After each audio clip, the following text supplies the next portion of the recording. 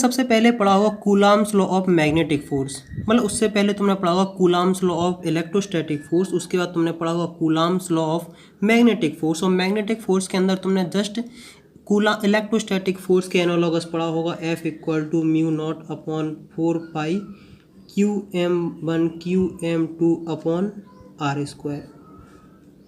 इस फॉर्मूले में हर कुछ समझ में आता है हर बच्चे को, क्योंकि कोई बड़ी बात नहीं होती है, लेकिन जो एक इम्पोर्टेंट बात होती है जिसका नाम होता है पोल स्ट्रेंथ, बच्चों को इस बात की फील ही नहीं आती है।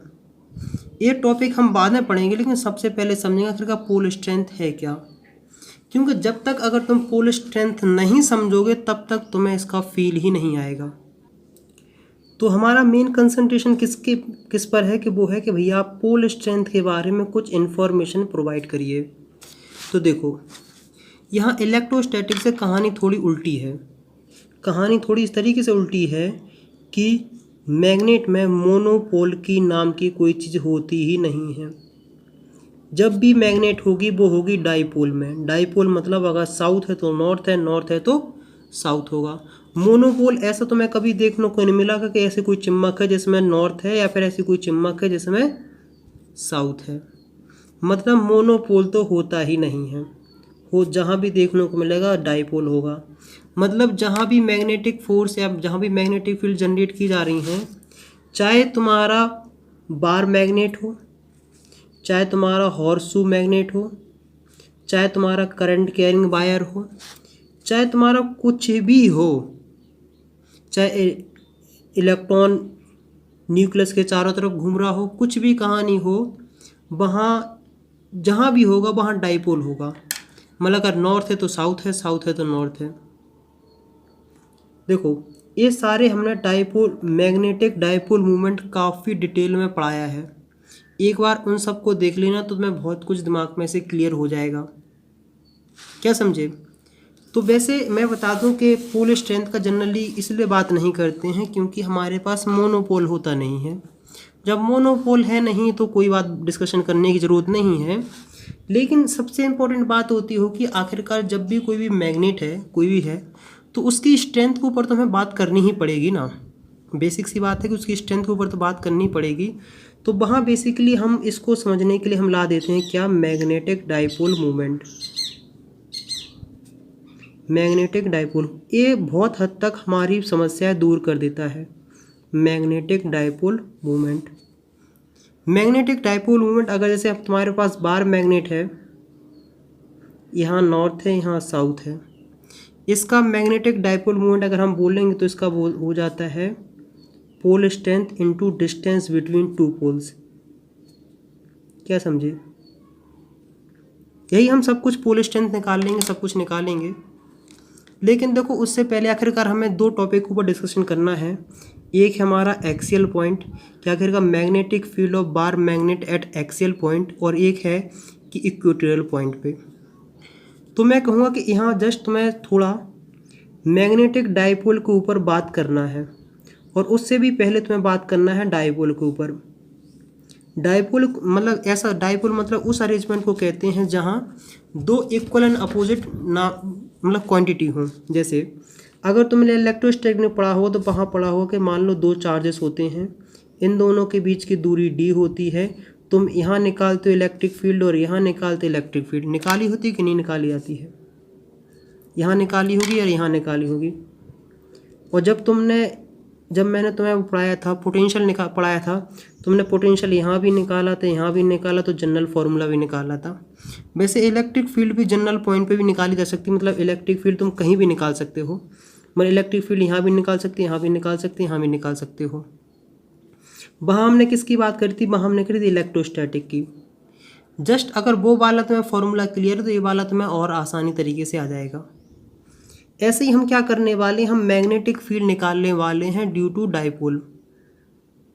क्या डाईपोल? हम क्या निकालेंगे? हम मैग्नेटिक फील्ड इक्वेटोरियल पॉइंट पे निकालेंगे और एक्सियल पे निकालेंगे। देखो, और यहाँ बेसिकली वहाँ डाईपोल के ऊपर इस तरीके से बात करते थे, और यहाँ हम बात करने वाले हैं बार मैग्नेट, क्योंकि बार मैग्नेट और इलेक्ट्रिक डाईपोल दोनों एक दूसरे के मिलते जुलते लगते हैं। जैसे यहाँ मान लो माइनस क्यू चार्ज होता था, यहाँ प्लस क्यू चार्ज होता था। इसी को अगर हम एनालॉगस बना दें, मतलब मिलता जुलता बना दें, तुम्हारे पास क्या हो जाएगा, ये बार मैग्नेट हो जाएगा, ये नॉर्थ पोल हो जाएगा, ये साउथ पोल हो जाएगा। क्या समझे? इसी तरह की कहानी हम लोग यहाँ पढ़ लेंगे। अब देखो, अब हम बात करते हैं आगे तक। अगर यहाँ तक कोई बात समझ में नहीं आई तो कोई बड़ी बात नहीं है, मेरा सिर्फ कहने का पर्पज़ था कि हम लोग यहाँ पढ़ने वाले हैं magnetic field of bar magnet eight axial point and equatorial point. और जितने सारे डाउट्स मैंने बताए हैं सब आगे चलते मैं सब कुछ दूर करता जाऊँगा। देखो, पहले हम लोग क्या करते हैं, एक सस्ता सा सिंपल सा डायग्राम बनाते हैं और यहाँ से तुम्हारे बहुत सारे डाउट्स क्लियर होते जाएंगे। लेकिन मैं कहूँगा कि 11th क्लास तुमने पढ़ी नहीं पढ़ी कोई बात नहीं, लेकिन 12th क्लास से जितने टॉपिक कवर करा रहा हूँ हर टॉपिक तुम्हें आना चाहिए। इसलिए मैं हमारा कोर्स इस तरीके से प्रिपेयर किया जा रहा है कि 11th क्लास नहीं पढ़ी कोई बड़ी बात नहीं है, तुम्हारी 11th क्लास पूरी बर्बाद हुई तो भी कोई बात नहीं, क्योंकि फर्स्ट चैप्टर से लेके जितना भी पढ़ाया जाएगा इस तरीके से पढ़ाया जाएगा कि तुम्हें कोई नहीं कुछ नहीं आता, कोई मतलब नहीं है। लेकिन 12th क्लास के जो लेक्चर पढ़ाए जा रहे हैं वो देखना ज़रूरी है। अब तुम कहोगे 11th भी नहीं पढ़ी और 12th भी नहीं देखेंगे तो फिर बेटा तुम्हारा कल्याण हो जाएगा। क्या समझे? अब देखो, कहानी होती शुरू यहाँ से, बहुत रिलैक्स माइंड से समझो। देखो, मान लो मेरे पास है एक बार मैग्नेट। बार मैग्नेट कुछ तरीके से होती है कि रेक्टेंगल क्यूबाइड टाइप की होती है, मतलब इस तरीके से होती है। पूरी 3D में बना के दिखाएंगे ताकि तुम्हें बढ़िया बेहतरीन तरीके से मजा आए। क्या समझे? ये रही। तो आखिरकार हमारे दिमाग में आया है कि जब यार हमारे पास ये मैग्नेट है ही, तो यार इसकी वजह से मैग्नेटिक फील्ड भी तो होगी ना कहीं, क्योंकि देखो अगर चार्ज है तो इलेक्ट्रिक फील्ड होगी, और अगर मैग्नेट है तो मैग्नेटिक फील्ड होगी। इन कलरों का तुम देखते रहना, उससे कोई बड़ी मतलब नहीं है, लेकिन बस जस्ट ऐसे बना रहा हूँ। देखो हम क्या मान के चलते हैं, देखो जस्ट सिंपल सी बात है, इसको हम साउथ मान लेते हैं और इसको मान लेते हैं नॉर्थ। और तुम्हारे दिमाग में आया होगा कि भैया आखिरकार बताइए, और ये इसकी लेंथ हम मान लेते हैं कितनी सेंटीमीटर है, 4 सेंटीमीटर। हमने कहा कि भैया बता दीजिए यहाँ मैग्नेटिक फील्ड की वैल्यू बता दीजिए। कोई दूसरा बच्चा कहेगा भैया यहाँ नहीं, हमें यहाँ मैग्नेटिक फील्ड की वैल्यू बता दीजिए। मैं कहूँगा बच्चों, और कोई तीसरा बच्चा होगा वो कहेगा भैया यहाँ कुछ मैग्नेटिक फील्ड की वैल्यू बता दीजिए। अगर इसकी बात करते हैं तो देखो ये तो इक्वेटोरियल है, और अगर हम इसकी बात करते हैं तो ये एक्सियल है और ये जनरल है। तो मैं कहूँगा कि सबसे इम्पोर्टेंट है वो है तुम्हारा इलेक्ट्रोस्टैटिक आना। इलेक्ट्रोस्टैटिक आता तो ये तुम्हें कोई बड़ी बात नहीं होगी। देखो, तो सबसे पहले जो हम लोग बात करने वाले हैं वो बात करने एक्सियल पॉइंट पे, कि सबसे पहले निकालेंगे कि यहाँ मैग्नेटिक फील्ड क्या होगी। क्या समझ रहे कि नहीं? देखो मेरे दिमाग में है कि पोल स्ट्रेंथ मुझे तुम्हें समझाना है, उसी की पूरी प्रिपरेशन कर रहा हूँ, उसी के लिए स्टेज सजा रहे हैं। तो हमने क्या कहा कि हमारे पास मान लो एक बार मैग्नेट ये रही है, ये साउथ है, ये नॉर्थ है, ये पोल स्ट्रेंथ थोड़ी अंदर टाइप की होती है, और ये रही है। क्या समझे? देखो इसका अपन ने ले लिया, ये सेंटर है, ये है ओ। हमने क्या कहा, यहाँ से लेके यहाँ तक की दूरी कितनी है, यहाँ से लेके यहाँ तक की दूरी है आर। क्या समझे? और यहाँ से लेके यहाँ तक की दूरी है एल, और यहाँ से लेके यहाँ तक की दूरी है एल। तो मैं कहूँगा कि बताओ यहाँ से लेके यहाँ तक की दूरी क्या होगी, तुम कहोगे आर माइनस एल।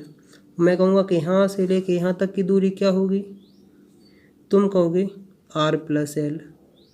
अगर ये वाला समझ में नहीं आया तो इलेक्ट्रोस्टैटिक जाके देखें, क्योंकि अगर यहाँ हर चीज़ डिटेल में बताने लगे तो पूरी ज़िंदगी भर एक ही टॉपिक पढ़ाएंगे अपन लोग। क्या समझे? अब देखो, अब एक चीज़ तुम्हें पता होना चाहिए कि जो मैग्नेटिक फील्ड का है हमेशा मोशन याद रखना चाहिए कि मैग्नेटिक फील्ड इस तरीके से निकलती हैं और इस तरीके से एंटर करती हैं। क्या समझे? तो हम क्या कहेंगे, हम कहेंगे कि इसकी वजह से यहाँ क्या होगा, मैग्नेटिक फील्ड हो जाएगा, मैग्नेटिक फील्ड की वैल्यू हो जाएगी बी एन। और अगर हम इसकी वजह से हम बात करते हैं तो मैग्नेटिक फील्ड की वैल्यू इसकी वजह से हो जाएगी इस डायरेक्शन में। देखो पहले मैं थोड़ी थोड़ी तुम्हें सिंपल सी सस्ती वाली एक बात बताएं कि कई बच्चों को मैग्नेटिक फील्ड में समझ में नहीं आ रहा होगा, तो मैं कोशिश करता हूँ कि इसको तुम्हें समझाता हूँ फोर्स की तरीके से, क्योंकि फोर्स जल्दी फील हो जाता है, फील्ड इतने जल्दी फील नहीं होती है। देखो जस्ट वेट, देखो जस्ट ऐसे मान लो कि यहाँ एक ऐसा होता नहीं, लेकिन मान लिया हमने मान लिया कि यहाँ रखा है यूनिट नॉर्थ पोल। क्या समझे, यहाँ रखा है यूनिट नॉर्थ पोल। देखो ये वाला नॉर्थ है और यहाँ भी नॉर्थ रखा है, तो फोर्स का डायरेक्शन कैसा होगा, ऐसा होगा। तुम कहोगे हाँ भैया जब से क्यों नहीं बता रहे थे आप कि फोर्स से जल्दी समझ में आता है। देखो ए साउथ है, ए नॉर्थ है, ए साउथ नॉर्थ अट्रैक्शन होगा, तो इसका डायरेक्शन होगा एफ एस। अब समझ में आया कि नहीं आया है। अब मैं तुमसे पूछूं कि बताओ बेटा एफ एन की वैल्यू क्या है, क्या समझे, एफ एन। यहाँ हम यहाँ कोई पी पॉइंट देते हैं, जनरली मान लेते हैं पी पॉइंट है। देखो इसका डायरेक्शन क्या है, एन से पी की तरफ, एन से पी की तरफ इसी वे। तो इसका फॉर्मूला होगा म्यू नॉट अपॉन 4 पाई, क्या है, म्यू नॉट अपॉन 4 पाई। और अब हम क्या लिखना है, हमें लिखना है इसकी पोल स्ट्रेंथ। तो इसकी पोल स्ट्रेंथ हम लिख लेते हैं क्या, क्यू एम, क्यू एम। और इसकी पोल स्ट्रेंथ हम लिख लेते हैं, इसकी लिख लेते हैं क्यू एम नॉट, मतलब इस जनरल यूनिट लिया ना अपन ने, तो क्यू एम नॉट। यहाँ से लेके यहाँ तक की दूरी क्या है, आर माइनस एल का स्क्वायर, ये रहा पहला। अगर यही कहानी हम दोबारा उसके लिए करते हैं। देखो इसकी वजह से यहाँ इस पर कितना फोर्स लगेगा ट्रैक्शन का, तुम कहोगे एफ एस। इसका डायरेक्शन कैसा है, पी से एस की तरफ है कि नहीं है, तो हम क्या कहेंगे पी से एस की तरफ। देखो म्यू नॉट अपॉन 4 पाई, इसकी पोल स्ट्रेंथ जितनी इसकी पोल स्ट्रेंथ है उसकी भी इतनी ही पोल स्ट्रेंथ होती है, तो इसकी वैल्यू आ जाती है क्यू एम। क्यू एम इसकी वैल्यू हो जाएगी क्यू एम नॉट। यहाँ से लेके यहाँ तक की दूरी है R plus L, R plus L का स्क्वायर। क्या समझे, यहाँ तक कोई दिक्कत कोई समस्या मेरे हिसाब से तो नहीं होनी चाहिए, समझे कि नहीं समझे। देखो एक कहानी और मैं तुम्हें बता दूं कि जिस तरीके से फोर्स इक्वल टू होता है charge into electric field, electric field equal to force upon charge होता है, इसी तरीके से हम लोग क्या करेंगे, थोड़ा एनालॉगस करेंगे, मतलब जस्ट मिलता जुलता करेंगे। Magnetic force is equal to pole strength into magnetic field, magnetic field is equal to Q F M upon Q M. समझे कि नहीं समझे। जैसी जैसी कहानी इलेक्ट्रिक फील्ड की वैसी वैसी यहाँ मैग्नेटिक फील्ड की भी हो सकती है। तो हम लोग क्या कहेंगे कि यहाँ एफ नेट की वैल्यू क्या है, एफ नेट, तो एफ नेट जो होगा F N minus F S हो जाएगा। क्या समझे, मैं कहूँगा दोनों को रखो और सॉल्व कर दो। Mu not 4 pi Q M naught R minus L का square minus mu not 4 pi Q M naught R plus L का स्क्वायर। हर चीज़ लो और कॉमन निकाल लो, जो जो कॉमन है निकाल लो। Mu not 4 pi Q M naught और बस इतना ही है। और यहाँ हो जाएगा 1 r माइनस एल का square minus 1 r plus L का स्क्वायर। समझे कि नहीं समझे? मैं कहूँगा कि इसको तुम पूरा सॉल्व करो और आंसर निकाल लो।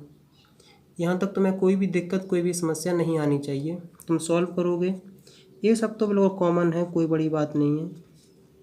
Q M not is 4rl upon R square minus L square. जिसको एक कैलकुलेशन समझ में नहीं आ रही तो मैं कहूँगा एक बार इलेक्ट्रोस्टैटिक वाला देख ले, या फिर इन सबको एलसीएम लेके खोलना सीख जाए। क्या समझे? और वैसे एक बात बता दें कि हमने इसकी जो क्यू एम नॉट लिया था ना, इसकी हमने क्या ली थी पोल स्ट्रेंथ, हमने ली थी इसकी unit pole strength, unit north pole या यूनिट पोल, मतलब इसका वैल्यू हम 1 ले सकते थे। जस्ट इतना समझाने का मतलब था। देखो आखिरकार हमने क्या लिखा है, हमने निकाला है फोर्स एट एक्सियल, मतलब force experienced by unit north pole at axis. तो हम क्या कह सकते हैं कि magnetic field at axial is equal to F axial upon Q M naught. मतलब magnetic field at the axial is equal to force experienced by unit north pole. इस तरीके से तो हम क्या करेंगे, इसको बी एक्सियल की वैल्यू हमारे पास क्या देखने को मिलेगी, mu not 4 pi Q M 4rl R square L square square. यहाँ तक कोई दिक्कत, कोई समस्या नहीं होनी चाहिए। तो अब तुम थोड़ी और बात याद रखो कि जैसे देखो ये जो मैग्नेट होती ना, ये साउथ होता है, नॉर्थ होता है, और हम मान के चलते हैं कि इसका पोल स्ट्रेंथ क्यू एम होता है और इन दोनों के बीच की दूरी क्या होती है, डी होती है। तो मैग्नेटिक डाइपोल मोमेंट का जो फॉर्मूला होता है वो तो क्यू एम इंटू डी, और बेसिकली यहाँ डी की वैल्यू है 2l। तो हम क्या करेंगे, हम कर लेंगे कि 2l Q M is equal to M. देखो म्यू नॉट 4 पाई 2 इंटू, देखो 2r into 2l into Q M, मतलब इसको अंदर ले आओगे, upon R square minus L square square. देखो इतनी पूरी क्वांटिटी क्या बन जाएगी, इतनी पूरी क्वांटिटी बन जाएगी m। तो हम क्या देखेंगे, हम देखेंगे magnetic field at axial is equal to mu not upon 4 pi और 2r एम। एम क्या है, एम है पोल स्ट्रेंथ, सॉरी एम है magnetic dipole moment, R square L square और स्क्वायर। ये रहा तुम्हारे पास जनरल सा सस्ता सा फॉर्मूला। देखो ये फॉर्मूला सबका बाप है, क्या है, सबका पप्पा है।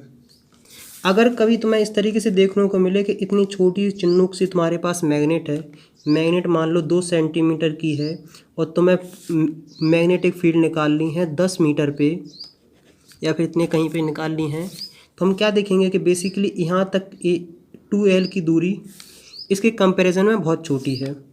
तो जब l इज मच छोटा देन r, देन क्या होगा, बी एक्सियल की जो वैल्यू होती है वो होती है mu not upon 4 pi 2m upon r cube. मतलब जो हमारे पास फॉर्मूला था mu not upon 4 pi 2m R square L square square. मतलब बेसिकली अगर तुम यहाँ समझोगे तो इस एल को नेग्लेक्ट टू हमने जीरो कर दिया। वैसे बाइनोमियल से होता है, लेकिन यहाँ सस्ता सा काम इतना चल जाएगा, तो इतना मान सकते हो कि एल की वैल्यू हमने जीरो रख दी, तो पूरा सॉल्व करके तुम्हें यहाँ तक आ जाएगा। तो यहाँ तक तुम क्या समझे हो। अब किसी बच्चे के दिमाग में आ रहा होगा कि भैया ये मैग्नेटिक फील्ड होती है वेक्टर क्वांटिटी, और इसे आप वेक्टर के फॉर्म में लिख के दिखाइए। तो मैं कहूँगा बेटा B axial vector is equal to mu not upon 4 pi 2m upon R cube. इसका मतलब जस्ट इतना सा है कि जो डायरेक्शन मैग्नेटिक डाइपोल मूवमेंट का है वही डायरेक्शन वी एक्सियल का है।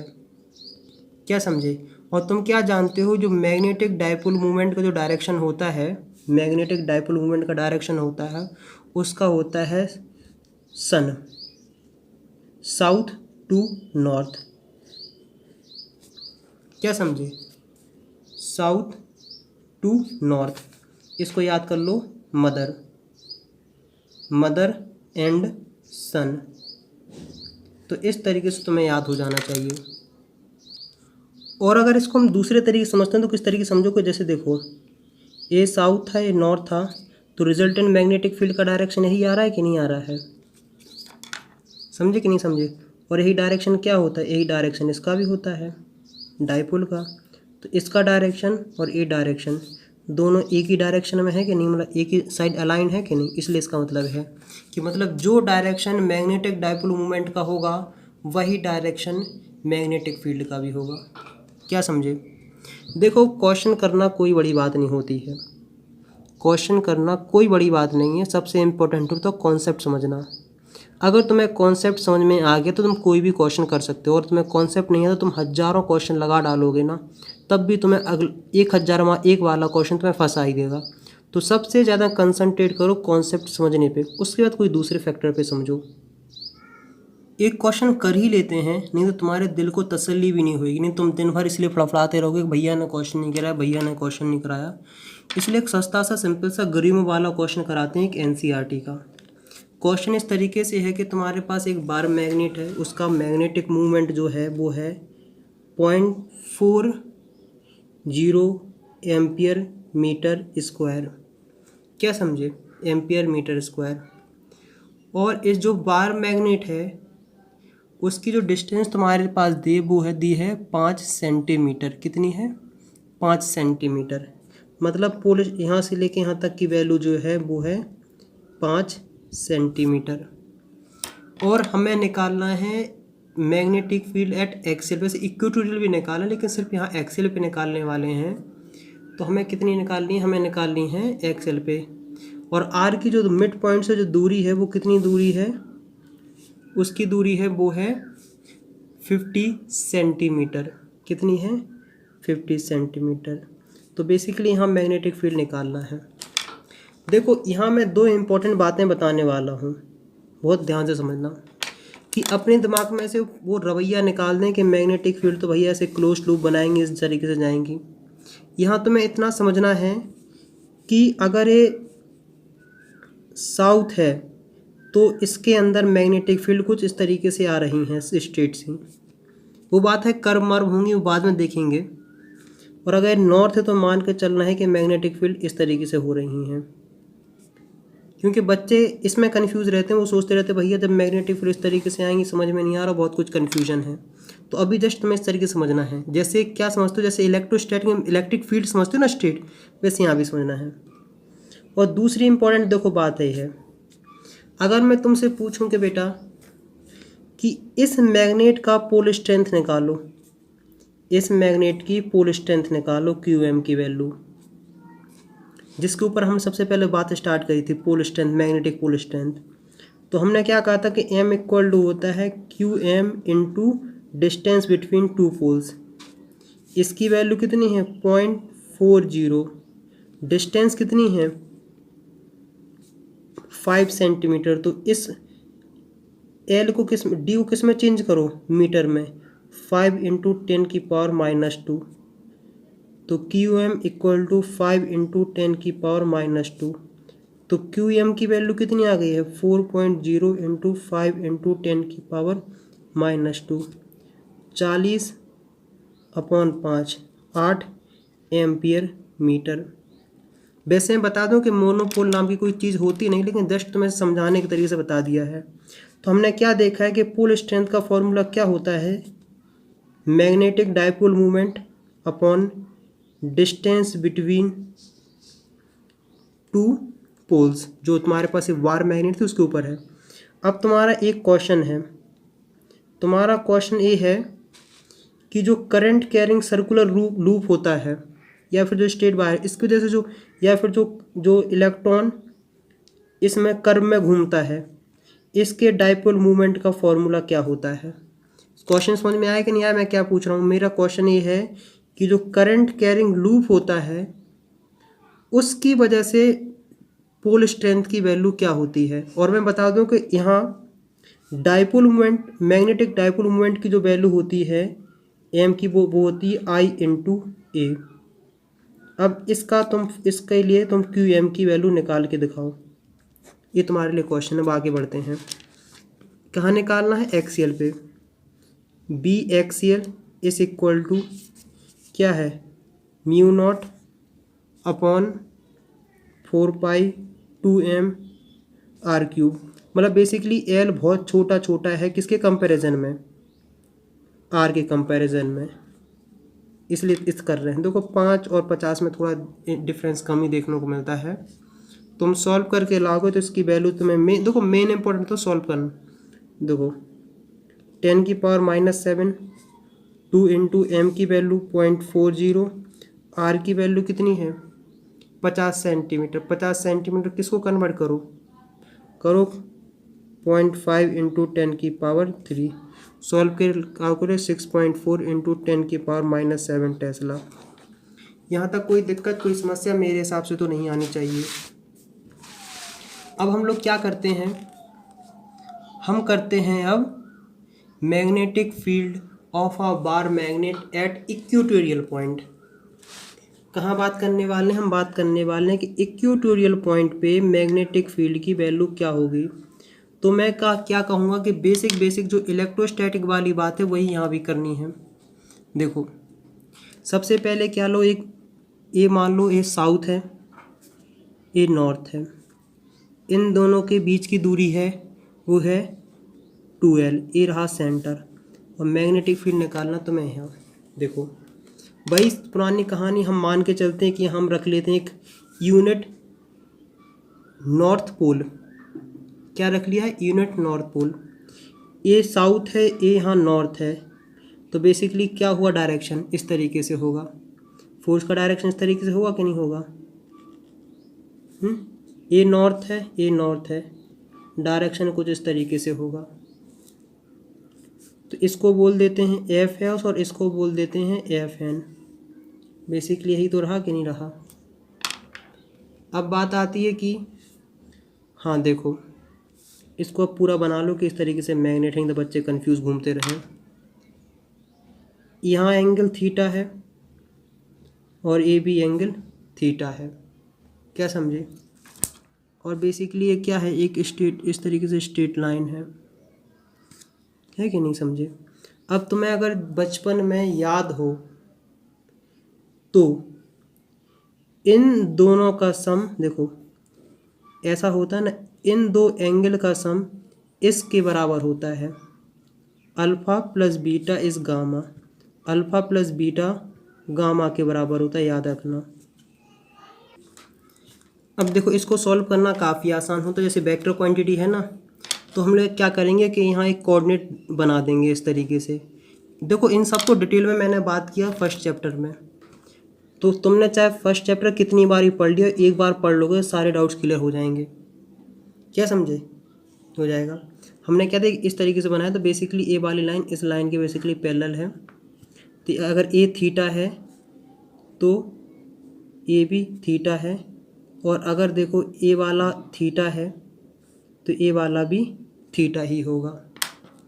और देखो एफ एस है, जिससे थीटा चिपक के जाता है, वहाँ आता है एफ एस कॉस थीटा, और यहाँ आएगा एफ एस साइन थीटा, और बेसिकली यहाँ है तो हो जाएगा एफ एन साइन थीटा, और यहाँ आ जाएगा एफ एन कॉस थीटा। देखो बेसिकली जितनी दूरी यहाँ से है उतनी ही दूरी यहाँ से हम मान लेंगे एक्स। और यहाँ से लेके यहाँ तक की जो दूरी हम मान के चलते हैं, कितनी मानेंगे? हम मानेंगे यहाँ से लेके यहाँ तक की दूरी है आर। तो कोई दिक्कत नहीं, कोई समस्या नहीं होना चाहिए। इसकी वजह से यहाँ जो एफ एन की वैल्यू होती है वो कितनी है, mu not upon 4 pi Q M pole strength upon X square. और इसकी वजह से यहाँ मैग्नेटिक फील्ड की वैल्यू हो, मैग्नेटिक फोर्स की वैल्यू हो जाएगी, हाँ यहाँ ये बेसिकली यहाँ क्यू एम नॉट है ना, Q M naught mu not upon 4 pi Q M X square Q M naught. देखो अगर ये वेक्टर क्वांटिटी नहीं होती, सिंपल सी क्या होती, स्केलर क्वांटिटी, तो जो यहाँ एफ नेट की वैल्यू बेसिकली क्या आती, यहाँ आती है 2 times of mu naught 4 pi Q M naught और एक्स स्क्वायर। लेकिन ये बेसिकली क्या है, वेक्टर क्वांटिटी, इसलिए वेक्टर तरीके से सम किया जाएगा। क्या समझे? अब देखो एफ एन साइन थीटा और एफ एस साइन थीटा दोनों इक्वल हैं, अपोजिट डायरेक्शन में हैं, तो वर्टिकल कंपोनेंट गायब हो जाएंगे। सिर्फ कौन से कंपोनेंट बचे हमारे पास, कंपोनेंट बचे हॉरिजॉन्टल। तो एफ नेट की जो वैल्यू आएगी वो आएगी F N cos theta plus F N cos theta. यहाँ तक कोई दिक्कत, कोई समस्या मेरे हिसाब से तो नहीं आनी चाहिए। तो इसका आंसर है एफ एन कॉस थीटा। अब इम्पोर्टेंट बात होती है कि वो होती है कॉस थीटा के ऊपर निकालना। जितने भी तुम्हारे दिमाग में डाउट्स अभी आ रहे हैं, इस फर्स्ट चैप्टर में मैंने सारे क्लियर कर रखे हैं, और यकीन ना हो तो एक बार वीडियो जाके देख लेना। थीटा आर एल, पढ़ बेटा पढ़, hard book. Cos theta base कितना है, बेस है एल, हाइपोटेन्यूज कितना है R square L square, under root R square L square. F N की वैल्यू रख दो mu not 4 pi Q M naught X square. Cos theta की value under root R square L square equal to basically क्या है, x के बराबर ही तो है यार, तो एल अपॉन एक्स लिख सकते हो। इसकी सब कुछ वैल्यू पुट करो और रख दो, तो क्या रखोगे, देखो देखते हैं। देखो mu not 4 pi 2 Q M naught under root X square R square L square 3/2। ये रही एफ नेट की वैल्यू। कई बच्चों के दिमाग के सिर से ऊपर से बातें जा रही होंगी। तो एक बात बताएं बेटा कि फर्स्ट चैप्टर में बहुत ज़्यादा मेहनत कराई है, तो वहाँ अगर देखोगे सब कुछ क्लियर होता जाएगा। और आप यार इतने बड़े हो गए, कम से कम 5 चैप्टर पढ़ रहे, तो आ जाना चाहिए इतनी बातें। देखो अब तुमने क्या बताया कि एम इक्वल टू क्या होता है 2QML, तो इसकी जगह क्या रख दो, एम कर दो। ये क्या है, ये है मैग्नेटिक डायपोल मूवमेंट। क्या समझे? हाँ, ये फोर्स के ऊपर बात कर रहे थे, मैग्नेटिक फील्ड निकालेंगे, मैग्नेटिक फील्ड एट इक्वेटोरियल। तो बेसिकली क्या जो फोर्स है इसको क्यू एम नॉट से डिवाइड कर दोगे, तो ये हो जाएगा Q 4πε0 2QML। ये बस गायब हो जाएगा, x square L square 3/2। Solve करोगे इसकी वैल्यू क्या हो जाएगी, m। तो बी इक्वेटोरियल जो होता है वो होता है m 4 पाई m upon X square L square 3/2 है सबका बाप। कई बार कंडीशन किस तरीके से होती है, ये तरीके से होती है कि एल इज़ मच छोटा देन आर। तो ये समझ लो कि तुम्हें यहाँ बेसिकली एल को नेग्लेक्ट टू 0 कर दो। वैसे होता बाइनोमियल से, लेकिन इतना डिटेल में नहीं जाना है।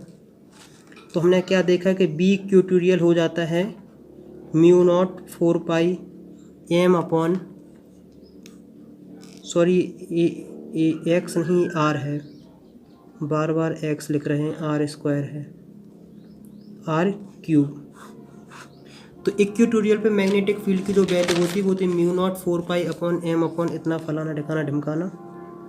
तो अब कोई कहेगा भैया इसको ज़रा वेक्टर फॉर्म में लिखो, तो मैं कहूँगा वेक्टर फॉर्म। देखो यहाँ देखने की ज़रूरत है, मैग्नेटिक डाइपोल मूवमेंट का डायरेक्शन है एस से लेके साउथ से लेके नॉर्थ तक, लेकिन यहाँ डायरेक्शन आ रहा है ए डायरेक्शन रिजल्टेंट मैग्नेटिक फील्ड का, तो ये दोनों एक दूसरे के अपोजिट हैं।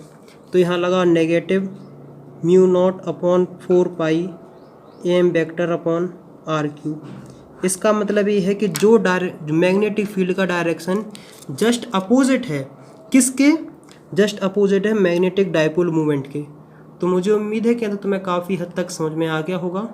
अब यहाँ से हम करते हैं काफ़ी अच्छे टाइप के क्वेश्चन।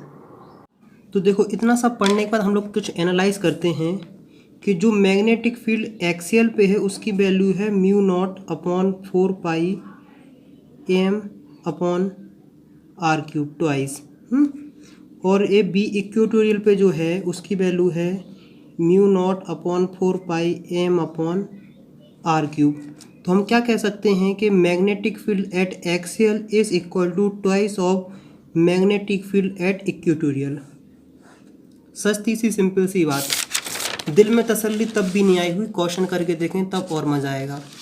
देखो, हम सबसे पहले तुम्हें एक मज़ेदार क्वेश्चन कराते हैं जहाँ से तुम्हें बहुत कुछ समझ में आएगा। जैसे मान लो तुम्हारे पास दो आइडेंटिकल मैग्नेट हैं। एक मैग्नेट तुम्हारे पास ए रही है, क्या है? एक मैग्नेट तुम्हारे पास ए है और एक दूसरी मैग्नेट तुम्हारे पास ए रही है। दोनों मैग्नेट आइडेंटिकल, मतलब दोनों की पोल स्ट्रेंथ बराबर बराबर है।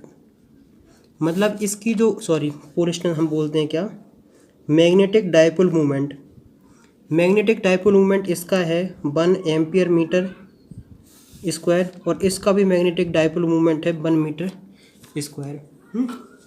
और उसमें कहा गया है कि इन दोनों मैग्नेट के बीच की जो दूरी है वो कितनी है? वो है 2 मीटर। और हमें पता लगाना है कि आखिरकार ये जो सेंटर होगा ना, यहाँ magnetic field, resultant magnetic field क्या होगी और उसका क्या डायरेक्शन होगा। देखो, जस्ट सिंपल सी सस्ती सी बात। अब देखो, क्वेश्चन करना शुरू करते हैं। ये जो मैग्नेट रखी है इस तरीके से है, तो इसका मतलब इस मैग्नेट पे यहाँ जो मैग्नेटिक फील्ड होगी इस डायरेक्शन में होगी। और एक कौन सी मैग्नेटिक फील्ड होगी? यहाँ जो मैग्नेटिक फील्ड होगी उसकी वैल्यू रख देते हैं B1। और ये कौन सी है? ए है एक्सियल, ये बेसिकली एक्सिस में रखी है, तो इसकी वैल्यू होगी एक्सियल। और एक्सियल का अभी हाल मैंने तुम्हें मैग्नेट फोर्स उसकी वैल्यू बताई है mu not upon 4 pi 2m1 upon R cube. अब देखो, सिंपल देखो, जस्ट बेसिक बातें हैं और बिल्कुल ही परेशान नहीं होना है। समझे कि नहीं समझे? ये मान लो ये नॉर्थ पोल है, ये साउथ पोल है। ये मैग्नेटिक फील्ड ऐसे लगी और यहाँ तुम्हें मैग्नेटिक फील्ड निकालनी है। तो बेसिकली यहाँ कुछ इस तरीके से होगी, तो इसकी होगी इस तरीके से मैग्नेटिक फील्ड। क्या होगी इसकी? क्योंकि बेसिकली ये क्या है? ये है इक्वेटोरियल हो गई है, तो इसकी वैल्यू रख देते हैं हम। देखो, ए है B1 और इसकी वैल्यू रख देते हैं B2। इसकी वैल्यू होगी mu not upon 4 pi AM2 upon R cube. क्या समझे? यहाँ तक कोई दिक्कत, कोई समस्या मेरे हिसाब से तो नहीं आनी चाहिए। तो आखिरकार B1 की जो वैल्यू निकालोगे 10⁻⁻7 2 into magnetic dipole movement M1 की वैल्यू कितनी है? 1। और यहाँ से लेके यहाँ देखो, बेसिकली मिड पॉइंट है, तो यहाँ से लेके यहाँ तक के बीच की दूरी, क्योंकि देखो ये फॉर्मूला लगाएंगे तो बेसिकली R की वैल्यू कितनी है? 1 का क्यूब, तो 2 इंटू 10⁻⁻7। B2 की वैल्यू कितनी है? B2 की वैल्यू इसमें रखो 10⁻⁻7 1 अपॉन 1 का क्यूब 10⁻⁻7। एक चीज़ तो मैं दिख गई ना कि अगर दोनों मैग्नेट आइडेंटिकल थी तो एक्सियल देखो इक्वेटोरियल के डबल आ रही है। अब देखो, कहानी कुछ इस तरीके से और समझनी है। कहानी तुम्हें इस तरीके से समझनी है। देखो, दोनों की यूनिट क्या होगी? इसकी यूनिट टेस्ला और इसकी यूनिट टेस्ला। अगर मैग्नेटिक फील्ड वेक्टर क्वांटिटी नहीं होती तो बी नेट की पता कैसे आती? बी नेट की वैल्यू आती 2x⁻⁻7 प्लस 10⁻⁻7, इसकी वैल्यू आती 3 इंटू 10⁻⁻7 टेस्ला। लेकिन मैग्नेटिक फील्ड क्या है? Vector form. तो इसको हम क्या करेंगे, वेक्टर के तरीके से सॉल्व करेंगे। तो बी नेट की जो वैल्यू आती है वो आएगी क्या, b1 का स्क्वायर b2 का square 2 b1 b2 cos theta. ये थीटा पता क्या है, angle between b1 and b2। b1 ऐसा है और b2 ऐसा है, इन दोनों के बीच का एंगल है 90 डिग्री, और cos 90 की वैल्यू होती है 0। तो सिर्फ तुम्हारे पास इतना ही बचेगा, b1 स्क्वायर और b2 का स्क्वायर। तो तुम सॉल्व करके लाओगे 10⁻⁻7 बाहर निकालिए, 4 + 1 √5 इंटू 10⁻⁻7 टेस्ला। बी नेट की वैल्यू ये रही है। हम क्या कहेंगे, जो बी नेट जो आ रहा है ना, इसकी वैल्यू है √5 इंटू 10⁻⁻7। अब किसी के दिमाग में ये भी आ रहा होगा कि आपने मैग्नीट्यूड की वैल्यू तो बता दी है, डायरेक्शन के बारे में भी कुछ बता दीजिए। तो मैं कहूँगा बेटा घबराओ नहीं, डायरेक्शन के बारे में बताएंगे। तो इतना तो बेसिक तुम्हें पता है कि मैग्नेटिक फील्ड का जो रिजल्टेंट डायरेक्शन कुछ इस ऐसा आएगा, लेकिन एक कितना एंगल बनाएगा उसके बारे में इंफॉर्मेशन नहीं है।